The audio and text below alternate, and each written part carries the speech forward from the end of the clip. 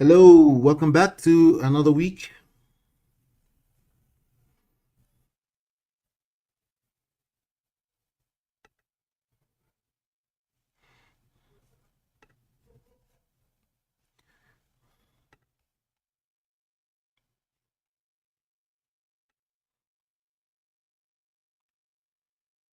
Hello, hello, hello. Welcome back to another week.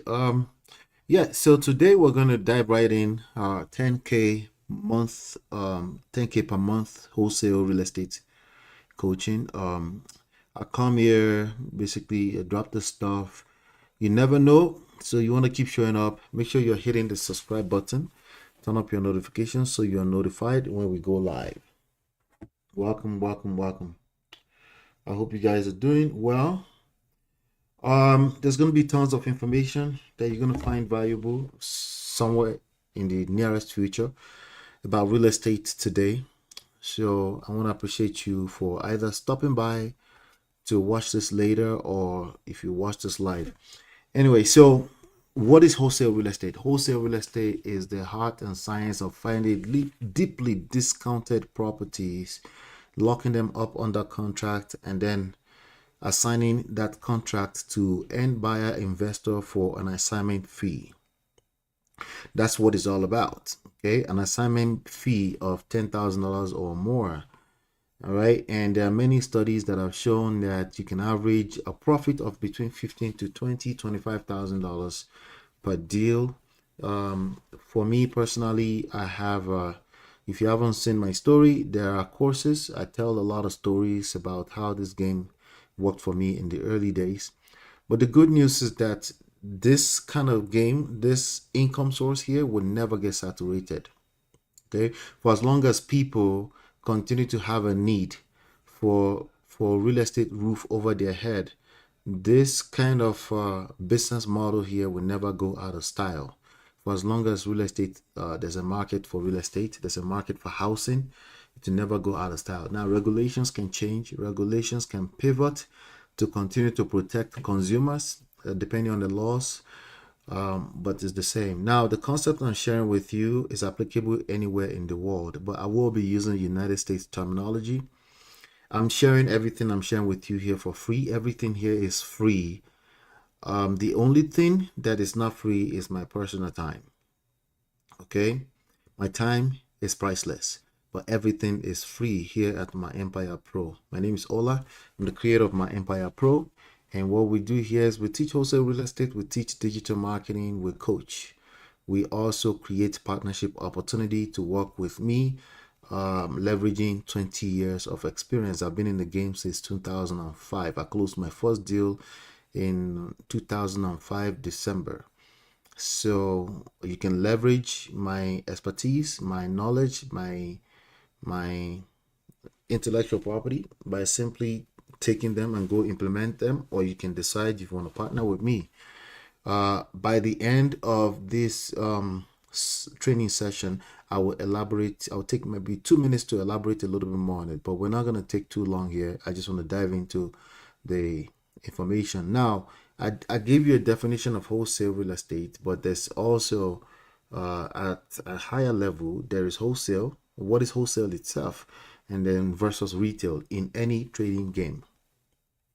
And that's what I wanted to cover here a little bit before we move forward. So in trade, when you buy and sell goods, services, products, goods and services, there is wholesale and there's retail. Okay, so I'm going to give you 7 key differences that you can see on the screen right here. Number one, wholesale, lower price to purchase goods. Okay, when it comes to pricing, so there are 7 criteria. I want to fly through them real quick. There's pricing, there's target customer, there's inventory and product breadth, there's storage and warehousing, there's order volume, there's overhead expenses, there's purchase intent. Okay, so from those 7, you could probably already tell this is real estate. So there's no such thing as storage and warehousing, because real estate is real, it's on the ground, it sits on a real property. We call them real property in real estate, meaning you can't move it. There's only one of it. Okay, and that actually makes this business even that much sweeter. All right. So the other thing I want you to pay attention to is inventory and product breadth. There is actually inventory and product breadth. We'll talk about that in a second. Let's go back to number one, pricing. It's lower price because the goal, the target is to buy so you can sell to producers, to other producers, not to consumers, right? So it's you're buying as a business, but you're selling to other businesses. Some people call it B2B, right? As opposed to retail, where you're buying, yes, you're still buying, but you're selling to a consumer, somebody that will actually use the goods. You will see that repeat itself in a few more ways. Number two, the target customer is other businesses, like I just said. And now the target cost when it comes to wholesale, the target customers when it comes to retail is consumers. Number three, when it comes to the inventory and product breadth, there's more inventory and less product breadth. More inventory when it comes to wholesale, you're buying in bulk, right? In a typical product. But this is real estate, is a little bit different, okay? When it comes to wholesale real estate, we're still buying one at a time. Actually, no, we are buying more than one at a time. Okay, we are locking up contracts as they're coming in. But when it comes to a consumer, you're just buying one, the one that you need, right? So there's less inventory, all right? Number four, the product breadth thing is not that relevant here. Number four, like I said, when it comes to wholesaling, in a typical product, there's more storage space required, like a warehouse and things like that. But this is real estate. We don't have to worry about that on either way. Okay, the real estate is real, it's on the land somewhere. All right. And number five, higher volume, higher order volume. This is kind of related to number three, more inventory, right? And when it comes to number five for retail, lower order volume. So in real estate, most people are just buying one house to live in for their family. If this is affluent people of a higher end, yes, they might have a vacation home somewhere. Number six, overhead expenses. When it comes to wholesale businesses, there's lower overhead expenses. You don't have to decorate. You don't have to do, for example, in wholesale real estate, you can absolutely build a business from your house, from home. But when it comes to retail, either you being the retail seller or buyer, it's a little bit of a different. There's a higher overhead. You have a higher closing cost when you're buying retail. Okay, but when you're selling retail also, you have higher overhead. You actually, in order to sell retail, you actually have to be a licensed real estate agent with a little bit more liability. You're representing the interest of either a buyer or a seller. So there's a government agency that will basically overlook that. Now, wholesale real estate that you might see increasing more and more, an increasing number of regulations, but it doesn't stop anything. As long as you're doing the right thing, you don't cheat, steal, or lie. Sometimes they might require you in certain states to have a license in order to wholesale in bulk. That's not really a big deal. I just want you to understand the business module. The business module is you're buying less, you're selling to another business. In this case, an investor. Hold on, hold tight.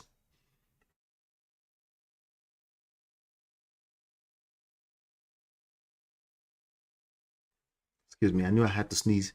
All right, number seven, the purchase intent for wholesale is to sell purchase goods at a profit. The purchase intent for a good, services, or anything like that when it comes to retail is to use the purchase goods. So when it comes to real estate, we're going to stay on the left hand side, which is wholesale. We're buying purely for profit.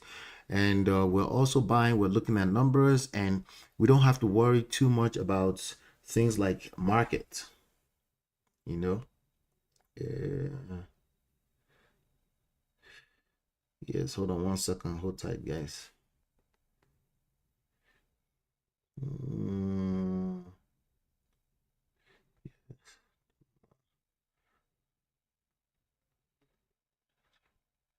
okay. All right. All right. So you don't have to worry too much about the market. You have to worry, but in a different way. Okay, so I'm going to be highlighting more of that as time goes on. The point I'm making is that you don't have to worry about interest rates. You don't have to worry about, is it a good market right now? Like, to you, it's always a good market because you are looking at two frame of reference, right? References or frames of reference. How do I say it? You're looking at the frame of reference from a buyer to a seller, and your buyer is actually a business owner, and you already know what they kind of want. So you're just gonna market and find what they want and give it to them, and you make money, and you're gonna keep doing that over and over again. Okay. So that's the key thing here that I wanted to highlight real quick as part of our introduction to this session. So wholesale real estate is the art and the science of finding deeply discounted properties.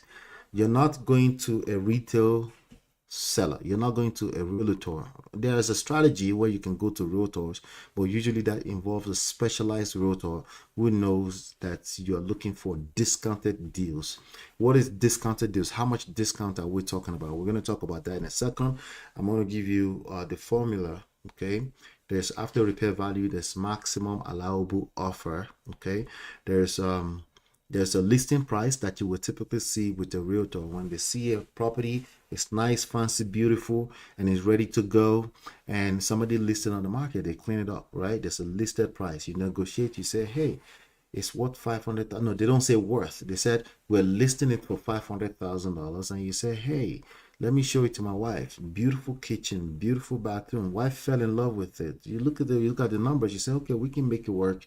And then you came up with your numbers, and then you start living in the house. That's not what we do here. Okay, that's what our buyers will end up having to do. We feed inventory into the market. Okay, we make money by helping investors that want to get a house ready and then put it into the market for that purpose, for the retail buyers, right?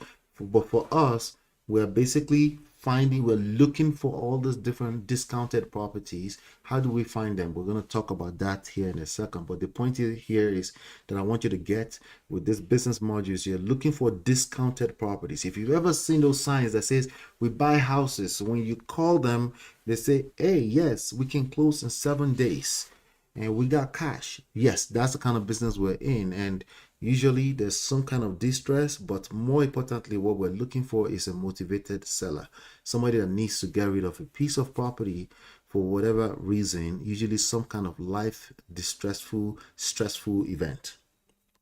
Divorce, foreclosure, tax liens on a property, an unfortunate situation, unwanted inheritances, pre-foreclosure, foreclosed means it's too late usually, unless you're buying an auction from the city or the government house. But everything before that, that's become a stress for a homeowner. A tired landlord, usually that means they've owned a piece of property for more than 7 years, and is supposed to be for investment, but they've basically lost money, so they need to get rid of it, right? Those are the kind of deals we're looking for. We negotiate a good deal, we'll get it at a discount, we'll lock it up under contract. Step two, right? Step one is to find it. Step two is to lock it up under contract. We call it acquisition. Step three. We're going to get into that details in a second here. Okay. But real quick, if you just in case you don't know who I am, my name is Ola. Again, I'm the creator here, my Empire Pro.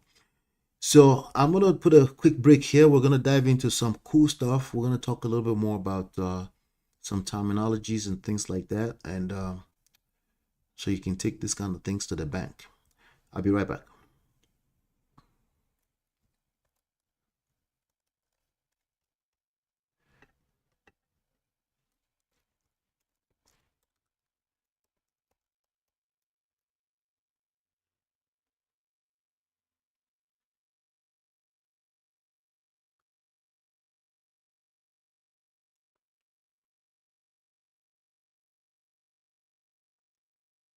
All right, welcome back. All right, so as I was saying, what were we saying? This is wholesale real estate, right? Wholesale real estate is not the same thing as real estate, okay? Um, there's something called list pendings. I have a few videos. If you want to understand it more, I have a few videos on this platform with regards to list pendings that you can check out, okay? But what it's a word from the Latin. It means a pending lawsuit, okay? It simply means a pending litigation on a property. For example, in real estate, it means a pending litigation on a property. Why would they want to file a lawsuit against a piece of property? The lawsuit is against the property, of course, indirectly against the owner of the property, right? But why would anybody want to do that? Well, they stop payments. So in the developed world, most people purchase property using mortgage loans, right? They buy a property, they go to the bank does what they call a pre-qualification or pre-approval. They look at their credit, they look at their income. They say, hey, you can afford $350,000 based off of your income. So a person buys a property, they put down a down payment. They might put down 5%, or if it's a conventional loan, they might put down a 20%. So let's say, for example, on a $500,000 piece of property, they might put down $100,000, right? 20%. If they're using what they call a FHA loan, I think they put down, what is it, 3.5%, right? Of the piece of property, which means there's more obligation on their end in terms of certain types of insurances, because it's now a higher risk of a loan, right? So they keep paying, they keep paying, they keep paying, and then they get to around I don't know, about 7 years into the deal, and they lost their job. They got laid off from their job. Okay. So what happens? Well, they keep looking for a job. They keep looking for a job, but unfortunately, like most people, they live paycheck to paycheck. So now they're in trouble. They can About 2 months into it, they've run out of their savings. They can no longer pay the payment of the property again, right? So, and of course, they're now late. 1 month late. Mm, the mortgage bank says, okay, you're 30 days late. 60 days late. Okay, the mortgage bank said, hey, you're 60 days late. 90 days late, the mortgage bank will put a stamp, the stamp late payment on their credit, right? 4 months, 5 months, depending on the state, the duration, the time, the length of time it takes to finally foreclose and take the property away from them varies from state to state. Okay, during COVID, it took a lot more longer because everything was shut down and the government was trying to help so that people don't lose their homes or lose their second homes or properties, right? So, but the point is that it takes a while before they actually foreclose on them, but it might take 11 months, it might take 14 months, it might take 2 years sometimes. But the moment they stop payment, the payment of the property piles on top of each other. It just gets worse and worse and worse. So as it gets worse and worse and worse, it means it gets more difficult to actually catch up. So some of these people, a percentage of these people actually end up losing the property to what we call foreclosure. The property gets foreclosed on. That means the bank takes over the property. They kick them out. That is a whole litigation process. The sheriff comes and kick them out of the house or take over the possession of the property. But before they get to all of that, it's a lot of opportunities here, not for the homeowner usually. Okay, because again, remember, it gets more difficult as they hold more money, they owe more money, right? It gets more difficult, right? So when they foreclose on the property, that goes, well, they take over the property now, right? The bank now owns the property. If there's a mortgage against the property, that goes through a particular type of process. They charge it off. But now, similar to bankruptcy, that person will now have foreclosure on their credit and they've lost the property. And by the way, they still owe the money that they owe against the property. So let's say, for example, like I said, $500,000, right? Let's say they've paid that down to, let's say, about 375. I'm just doing a rough number here. At that point in time, that 375, even though the bank took over the property and they now own the property, they still owe the $375,000. And then, but it's probably going to get charged off. No one is going to pay that, right? All right. So now, while we're talking about lease pendens, the process, everything before the bank actually forecloses on the property is considered, a certain part of that is considered the lease pendens, meaning a lawsuit in progress or a pending lawsuit. Okay, it's basically the notice of a pending litigation on the property. And as soon as they file the lease pendens, which is long before they actually take over the property, that actually goes on the title of the property. That clouds up the title of the property, and that becomes public record. Everybody can basically see it. We can all see it, right? So it gets published on a public record, and if you have access to PropStream, you would have access to that data where you can actually pull up all the records of all the property that are on a list pending list or pre-foreclosure list, if you will. Okay, so pre-foreclosure, you can they're not exactly synonymous depending on the state, because depending on the state there's some marks between the process, right? And depending on how the government or the county processes these files, right? But the you can basically safely use list pendants interchangeably as pre-foreclosures. There's a list of pre-foreclosure somewhere, and you can have easy access to them. Okay, so here's an example right here, right? So this is so right now I'm in a place called, I don't even know, let me see, what I'm in a place called Park City in Utah as we speak. So I want to find out what county is in. This county right here is called Summit County. Great.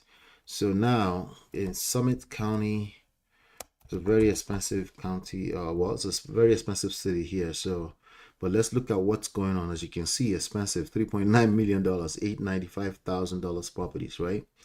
But over here, you can see there are 202 pre-foreclosure. If I click on it, it actually gives me a list on the side right here of properties presently in pre-foreclosure. So if I click on this property right here, we can see what's going on with that property. We can go under pre-foreclosure details, and you can see that the date of default, they defaulted on the 25th of August 2025, not too long ago. There's a notice of default here. Okay, list pendants. Okay, Oka to a capital Okoa Capital LLC, right?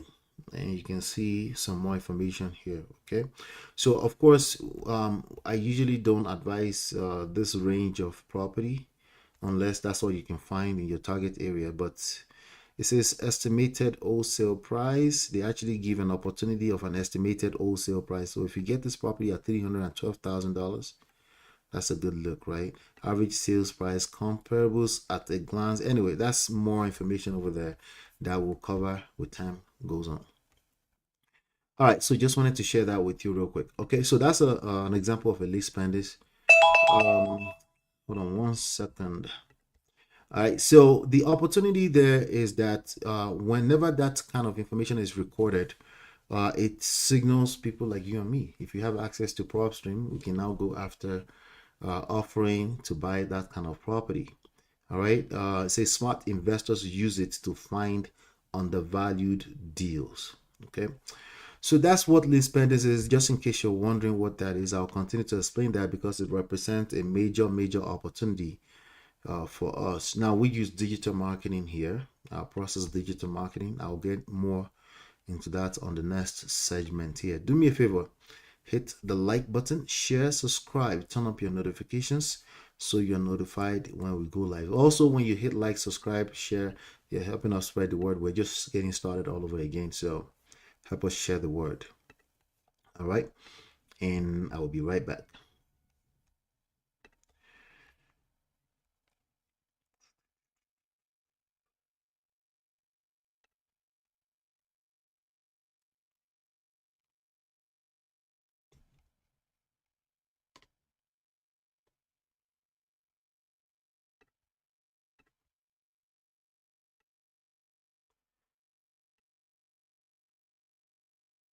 All right, welcome back. So let's move on to this next part here, the importance of consistent marketing in real estate. Actually, if you're a real estate agent, you can benefit a little bit from this segment because it's a matter of a mindset.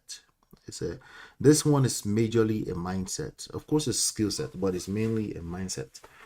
But of course, marketing. What is marketing? Basically, you need to reach out to your ideal clients. You need to create outreach campaigns for your ideal clients. Okay, the ideal people you want to serve. Okay, every business you have either a customer, you have a client, right? What else could you have? Well, you have people that you serve, you have people that you sell products to, right? So that comprehensive process, I didn't want to say comprehensive because honestly, it doesn't have to be that complicated, right? But understanding how you get your your product, your services, even if it's as simple as information, something that can transform other people's life or lives, right? How do you get that to the end, the intent, the end person that's actually going to find it useful, right? Okay, so that process of getting a good, a service, even information from production to the person, right? That is core marketing. Okay, that's core marketing.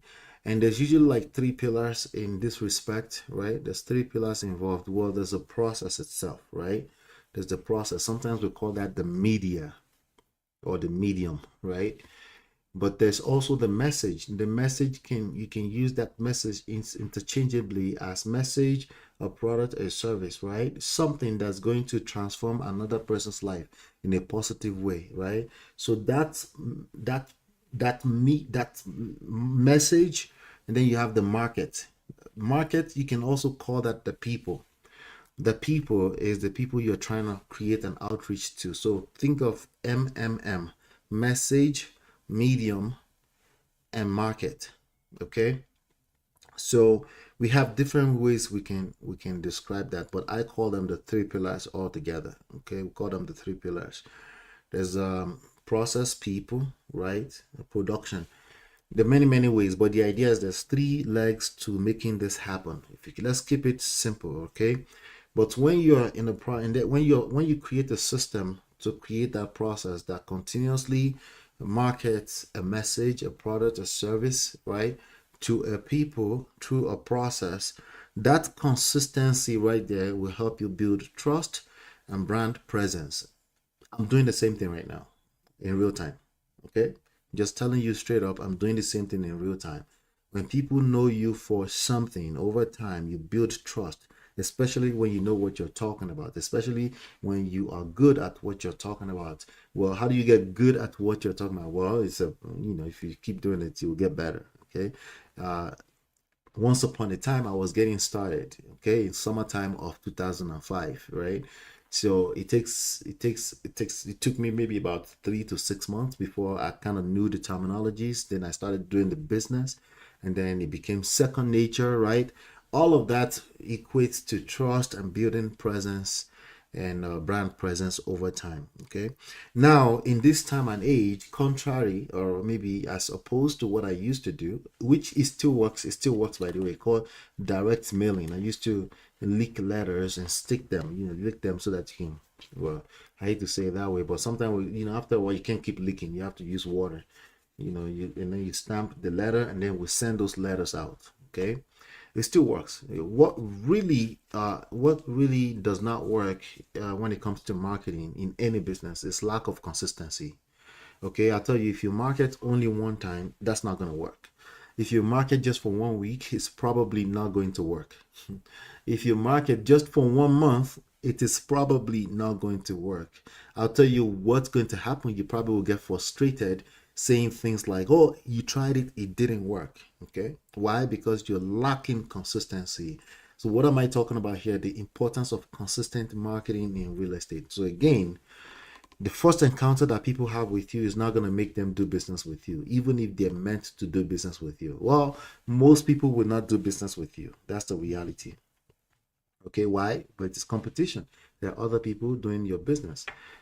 Even though this business of wholesale real estate is highly not competitive, there are a lot of noisemaker, but that's just that, noisemakers. But in terms of people who actually know what they're doing and can actually deliver results, close deals, it's not that many people, and it will never be that many people. You know why? Because it requires commitment and consistency. Okay, precisely because of that reason. Most people are looking for quick, get rich quick opportunities. Usually, you know what happens? They end up losing their money. That's the reality. All right. So, because this is a process that's going to take you. My first deal, I closed my first deal in 6 months. Okay.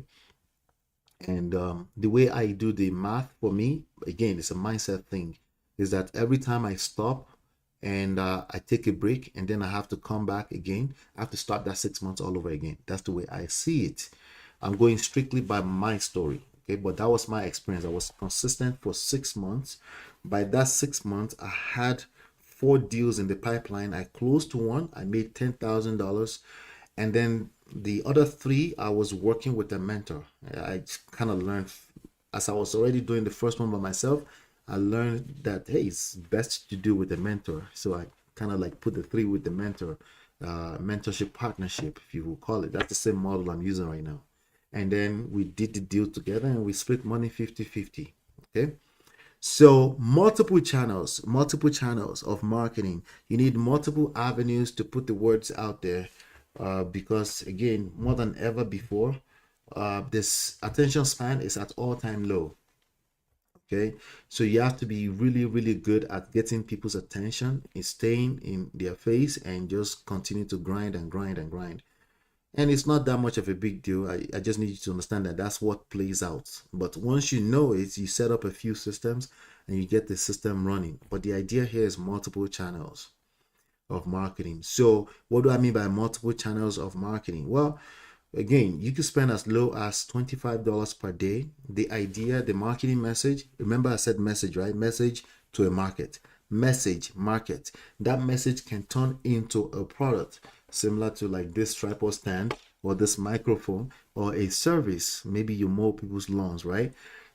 Just think of it as a message. You're trying to get a transformational message across to a market. When they get hit with this message, it can change their life. So for example, when the message is we buy houses, somebody has a piece of house that they don't want anymore, right? They don't want the property. It's just the property. As much as everybody say a house is an asset, it's a liability for them. Okay, so when that house becomes a liability for them and you say we buy houses, you show up and you go through the process of marketing, acquisition, and disposition, and now they no longer have the house anymore. Their life has been transformed. So now you help that person out, you made some money, you help an investor get a piece of project to work on, and then they put the project on the market after they complete it, and then they made money from selling it at the full retail price, and you're making the market.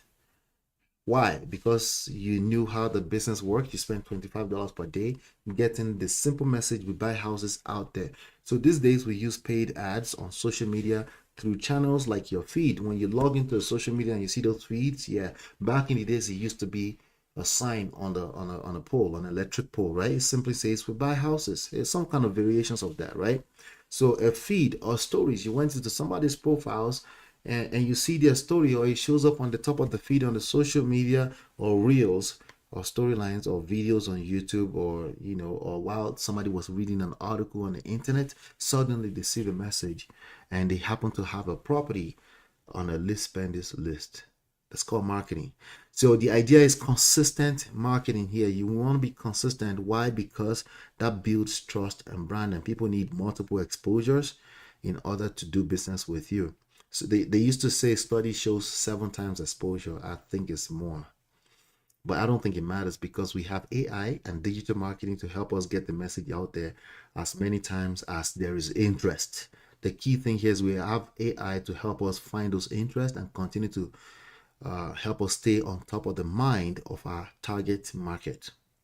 So all of that, we get into all of that as time goes on, but that's the importance of consistent marketing in real estate. If you are going to do just a good, like somebody's like, let me just try it out. If you want to do that, it's probably not going to work for you.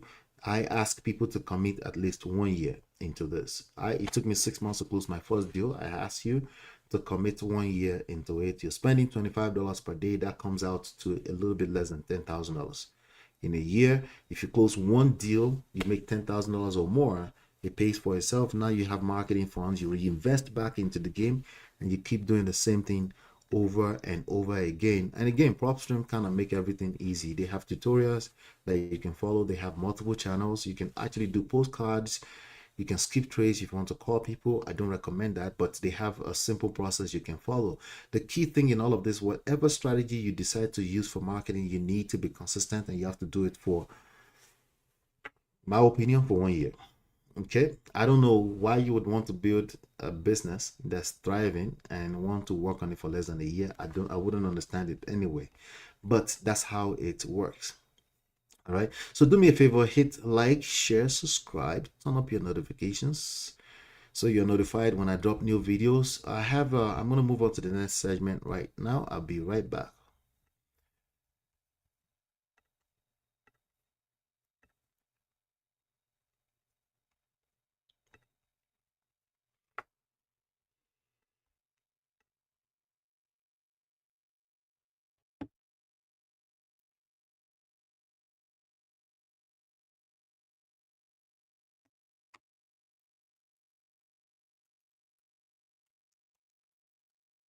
All right.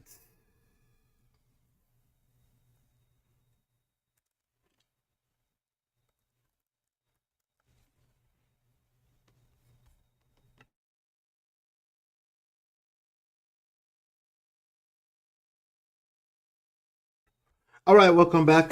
Unlocking the secrets of wholesale real estate success. Let's talk a little bit more. Any game you're going to do successfully in life, you need to set goals, right? You need to set goals, and and not just some random goals. I think most people set goals that they forget. Most people set goals that they forget, but you want to be able to set what we call a SMART goal, and it's an acronym for specific, measurable, achievable, relevant, and time bound. Okay. So we're talking about wholesale real estate, the art and science of finding deeply discounted properties, locking them up under contract, assigning the contract over to an end buyer investor in exchange for an assignment fee of $10,000 or more. My first deal was $10,000. I averaged, by the time I was doing the 31st deal, I averaged about $15 to $25,000 per deal. My highest deal paid me about $82,000 per deal. Net profit, no properties to manage, no landlords, no tenants to babysit. Okay, so that's the game that I'm sharing with you here right now. All right. So now, with that being said, let's talk about the secret. The secret. I just give you one of the secret real quick. Specific and measurable, smart goals. Specific and measurable. This is not one of those things where you're just throwing mud at the wall and hoping something will stick. That's the fastest way to fail, not just in this business, but in any other business. Okay? Not just in this business, but in any other business. All right. So, in order to make it specific, measurable, we need to know what metrics to track. Okay. I want to give you some more specific metrics around the wholesale real estate. Honestly, what you really want to pay attention to is there are two. I'm going to give you two of them, two additional ones here that you should pay attention to. It's called the ARV and the MAO. Okay. All right. But I'll tell you a little bit more about that in a second here. All right, so metrics, return on investment. Like any other business, you're going to invest at least time. Okay, like for example, if you're watching this either as a live or replay, you're investing time, right? So no problems there. You already know you have to invest time. Time is worth more than money, by the way. So the idea over time is you want to use more money and less time because you can't get time back. Time is literally your life. So you can get it back. So the more you spend into it, the more you should be interested in some kind of return on investment. And the more you should want to spend time. The idea is to gain your life back, gain some money, right? So you can reinvest money and then have time to spend with your family and friends. So you would notice here that I'm always looking at leverage. How can we get better results with less resources? Leverage. How can we get more with less, right? So that we can actually invest more and then get more, right? That's the idea. So return on investment is one of the first things you should always pay attention to when it comes to this, the ROI. Then there's something called margin per deal. How much margin are you going to make per deal? So when I start talking about the ARV and the MAO, the whole idea is what's the margin? How much spread can we get out of this deal? And because that's how you're going to create market. Remember, you're not a retail seller. right? You're not selling to a consumer, you're selling to an investor, a business owner who actually still wants to make profit. So they actually have multiple people you have these people in the game to actually put money in your pocket by simply following their formula, right? Then there's also something called speed to close. So if you list a retail property on the market, right, you do care about time to close, but you have 90 days, 45 days to 90 days, you have more time. But when it comes to wholesale, you're not if you're a wholesaler, you're not buying a house, you're creating the opportunity for an investor to buy the house. So you need to know your numbers so that the property can go straight from contract to close as soon as possible. Okay, so there are some investors, they care about what they call the cap rate. Okay, so they invest a certain they invest a certain amount of money, but then they expect a certain amount of income coming in per year. Okay, and that the number that they use for that is called the capitalization rate. Okay, basically a measure of the potential rate of return on the property. Okay, they're looking for what they call the net operating income. For a lot of time, you're going to be dealing with rental properties, right? Income properties, income generating properties, right? Or not commercial properties, but income generating properties, but still residents, right? Residential properties, right? So you want to know what the net operating income of that property is in any given year, and then they want to kind of match that against how much they actually put down to get that property. So the net operating income of the property versus the property value. So the property value is a moving target, right? Hopefully, is going to continue to increase in value over time. Does that make sense? Hopefully, it's going to continue to increase in value over time. So, but also you want the net operating income to be increasing. So the cap rate is calculated with those two numbers, but we don't worry too much about that. I just want you to be aware that your investors they're interested in the cap rate of a piece of property. Okay, so a higher cap rate suggests a greater return, potential return, and also it still means higher risk. But again, net operating income, if that money is increasing, that's the greater return, right? So I just want you to pay attention to that real quick.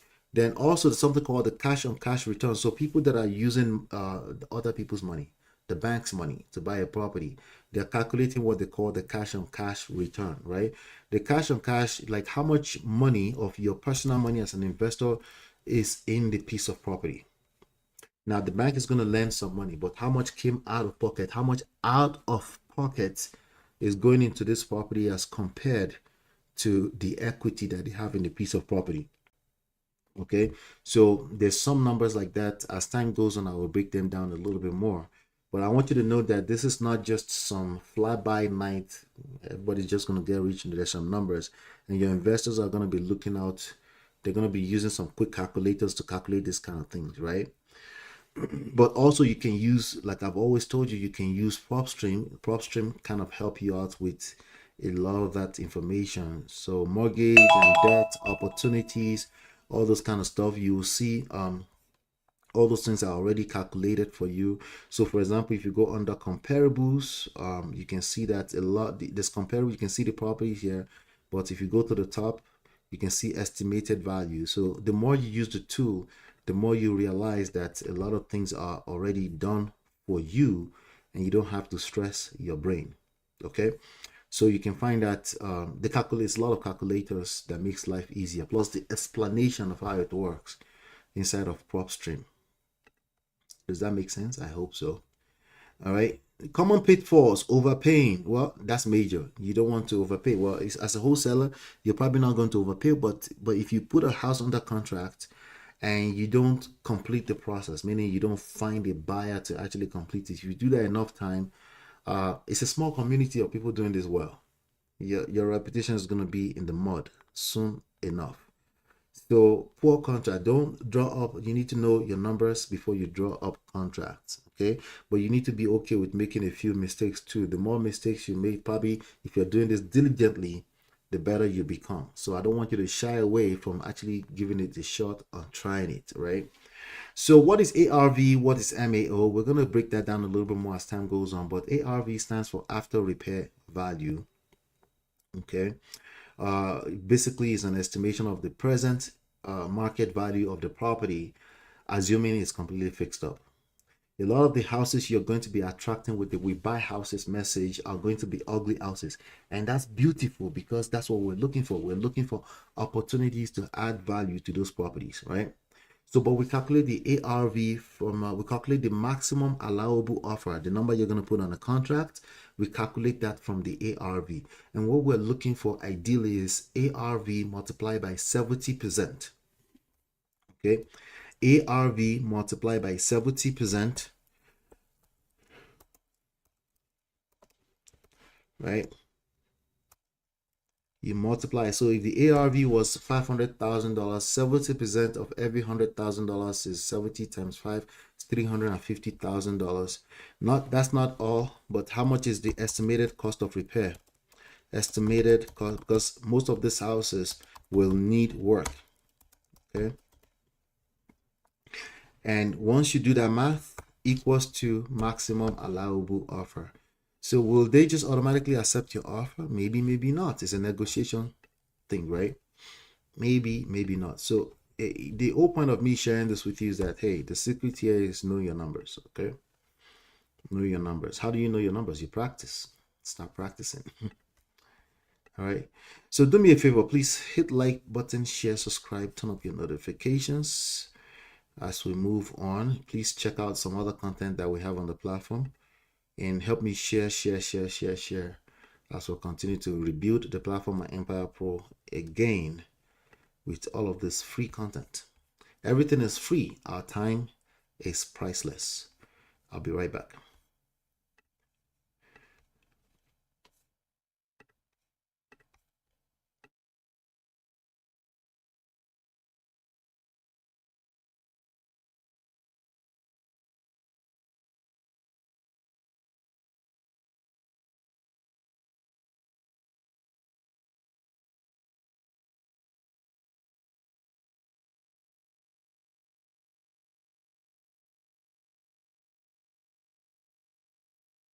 All right, welcome back. So I want to use the rest of this time to do overview of the business. It gets into a little bit more detail of the overview. Like I said, I started the business in 2005.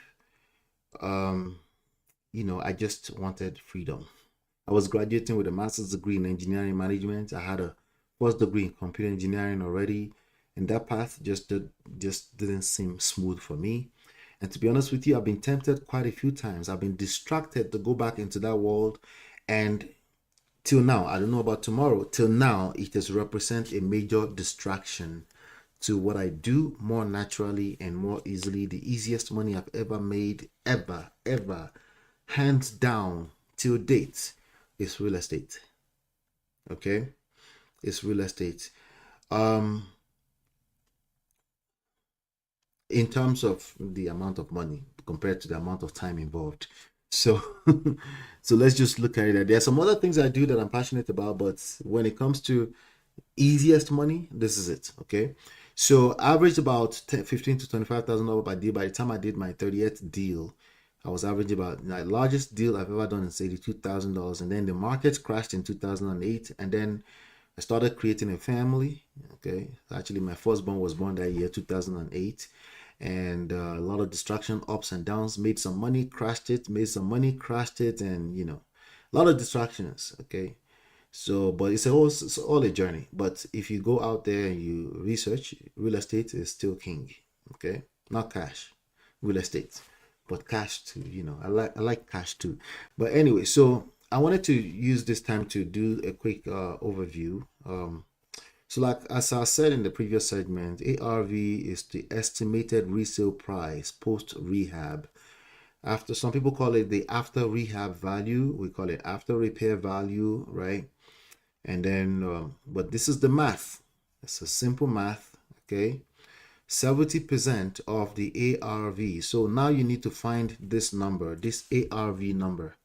You need to find this ARV number. So if I go back into prop stream, right, if I go back into prop stream and I pick on another property, let me see if I can find another property, a lower cost property. Okay, this one here is in Park City for $78,000. It's a beautiful piece of property. I don't know, maybe it's a condo inside. Okay, it looks like it's a condo. 341, number 3, suite 341. That's an expensive condo. Let me see. So, but somebody's filing foreclosure on it. All right, so I'm gonna go back into my filter here, and I'm gonna put property detail, and I want residentials only, single family. Now it's down to 103 properties. All right, so we're looking at okay, there's one right here. This one is still a condo. All right, so let me look at the filters again. Filter residential. I do not want condos, so let me see if there's a way to filter out. Okay, homeowner association exclude. There you go.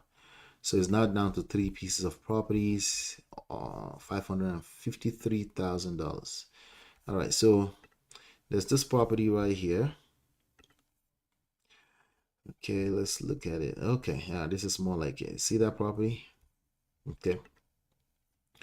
All right, so there you go, there you go. So it's a small piece of property. It's probably something that someone will buy and put a mansion up there, because again, let me see here. If you look at the comparables in the area, okay, so it's kind of sized the property down to the comparables in the area automatically. But anyway, what's the point here?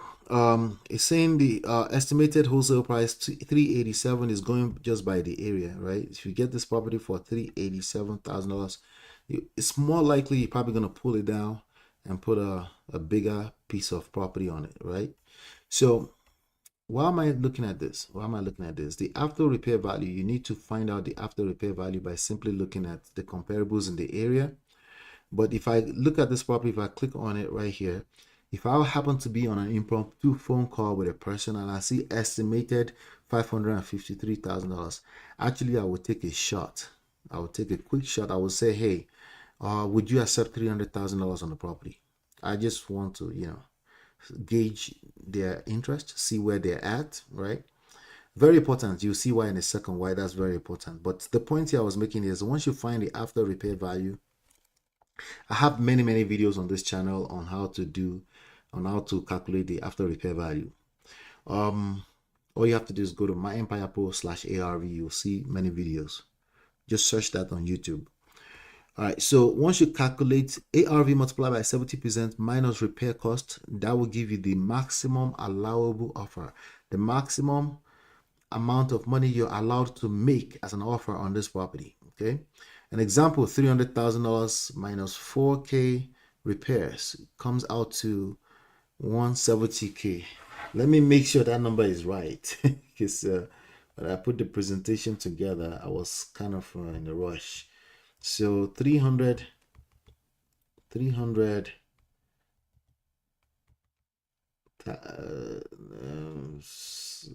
multiply by 0.7 equals to 210 minus $40,000. There you go. It's correct. All right. So 210 is the 70% of $300,000, and then you take that 40K repairs out of it. You might say, how do you estimate repair? I have other videos on how to estimate repair, but you're probably still going to do inspection, or somebody's going to do inspection, and there's always room for renegotiation. You're just looking to lock up a contract really quick. This $40,000 for a $300,000 house looks like a medium rehab. If it's like a full gut rehab, you're probably going to be spending more than $100,000, right? So when you're talking to the homeowner on the phone, or you're negotiating during acquisition, you simply just want to have them tell you what is the condition of the property, and you just take some notes. Okay, take some notes, come back and talk to me. 1 hour later, we'll come up with an offer. It's actually easy, but I understand that confidence is built over time, right? So step 1 is digital marketing. We use Meta. Over time, you can scale out to YouTube, Google Ads. Okay, you use Meta, which is Facebook and Instagram essentially. Okay, and you want to scale slowly. Start small, $25 per day. $25 per day, simple marketing message. We buy houses. Okay, now if you're spending $25 per day, I would want you to tweak different creative and test them out and see which one is getting you more attention. Okay. Let's see here. What are you doing? What are you doing? What you doing? Let's see. Hold on 1 second, guys. All right. How are we doing here? All right, perfect. Okay. All right, good. Okay. So you also and you want those ads to capture leads. You want those ads to capture leads and follow up relentlessly. Okay. The example, I won't show you I guess I could show you mine. Okay. You want to capture leads. Here's an example. This is ours right here. Okay. Yeah, I wasn't going to show it. I'm not going to show it because of the phone number on it. I don't want anybody calling that number. So let's just go use the example of webuyuglyhouses.com. That's actually a major website that follow the same business model. Yeah, we can use this example. You see, when people click on the banner on social media, they land on a page like this. They land on a page like this. They complete their address, get cash offer, and that will be a lead. Somebody that clicks on a banner that says we buy houses, and they click on, they get here and they click on this. Oh, sorry. Can you see now? Okay, yes, you can see. And when they click on it and they enter the information and they give you a couple more information like contact information, you call them. You look at the ARV, you look at the number, you give them a number, you send them a contract, they sign. You have gold in your hands. Okay. All right. So that's step one. Well, I just basically rushed my mouth through step two. You screen the lead, motivation, gauge them for motivation. Why are you selling? How fast do you need to sell? How soon do you need to get rid of the property? Why are you getting rid of the property? You might even see people tell you that, hey, I'm not getting rid of the property. I just want to sell. Oh, okay. What's the difference? Well, I'm not looking to just offload it or to get some lowball offer. Okay, all right. So how much are you looking for it? Okay. All right, that sounds like a retail deal. Do you need me to refer you to a real estate agent? Oh, no, I have a real estate agent. Okay. Uh, well, I'm an investor, so I'm looking to make profit with the properties I buy. Do you have any other properties you might be looking to sell? No, actually, I would like to sell this one. Again, you're screening the lead for motivation, right? You negotiate smart, anchor low, be confident. It's not the end of the world. They might even hang up on you. It's okay. If they called you, if they fill out your form, there's an extremely high chance they will never hang up on you. If they're filling out your form, that's what we call inbound lead. They're usually motivated, okay? But you just also have to be open and just ask questions and don't be in a haste to give an answer. It's okay to say, let me call you back, even if you're just getting started, okay? So your contract, you want to make your contract, when you do sign a contract and you lock up a price, you want to make them assignable and make them secure. There's a special type of contract for that, okay? But as we get into this, we'll talk more about that. Step three is disposition. Once you lock up a contract, you find a buyer's list. Where do you find a buyer's list? Easy peasy. Let's go back to PropStream. You go on PropStream, and PropStream literally has, let me clear all. Okay. If I go back to, what was this? Summit County in Utah. I go under filter here. There's a cash buyer of 8,696 people you can contact.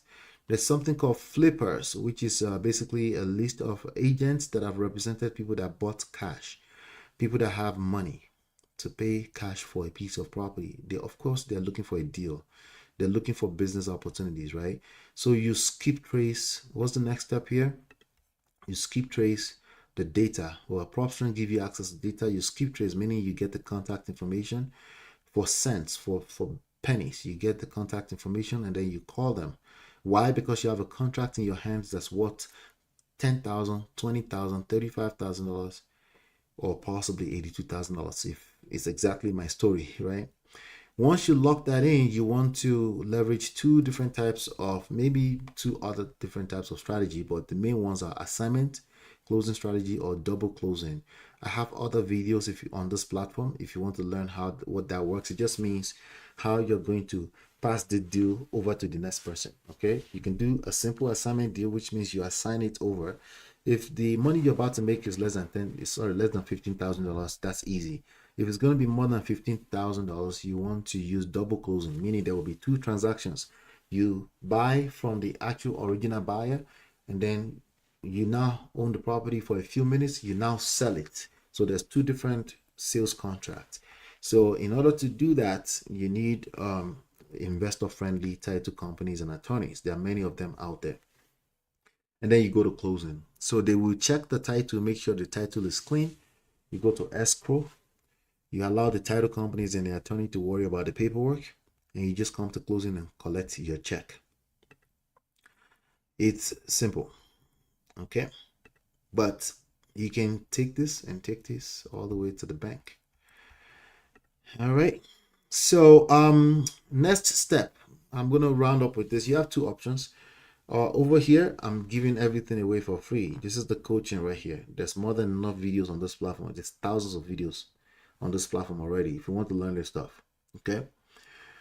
Any of the terminologies I used that you're not clear, just search it, and My Empire Pro, the videos will come up. I've been recording videos on this platform since 2016 on wholesale real estate. All right, and the information are the same. Okay, you have two options. You can do it on your own, or you can partner with me. Okay, if you want to partner with me, you need at least $10,000. It's an upfront money that will cover your 1 year of marketing. Remember, $25 per day, that's almost $10,000. The setup fee, whatever, that, just call it $10,000. You need that before you can partner with me. Okay, or you can just go out there and use this information for free. Okay, all this information is here for free. Everything, I've poured everything out here in order to negotiate, to know what you're doing, to know your numbers, to leverage some of the simple tools in PropStream. That's option number one. I also give away my books for free. So it's like, what do you want from me? Right? If you want the PDFs, they are free. If you want the Amazon Kindle audiobook, then obviously you have to go through those channels. They're all linked when you go to myempirepro.com/books. It's also linked in the description box below. That's all I have for you today. If you have any questions, you want to reach out to me, my contact information, everything should be scrolling on the screen. I think so. Let me see. Yeah, everything. If you want to reach out to me, you can. All the information is on the screen. Not too far. How are you there? Good to see you. All right, hopefully you've been enlightened, educated. I will see you on the next one. Take care. God bless.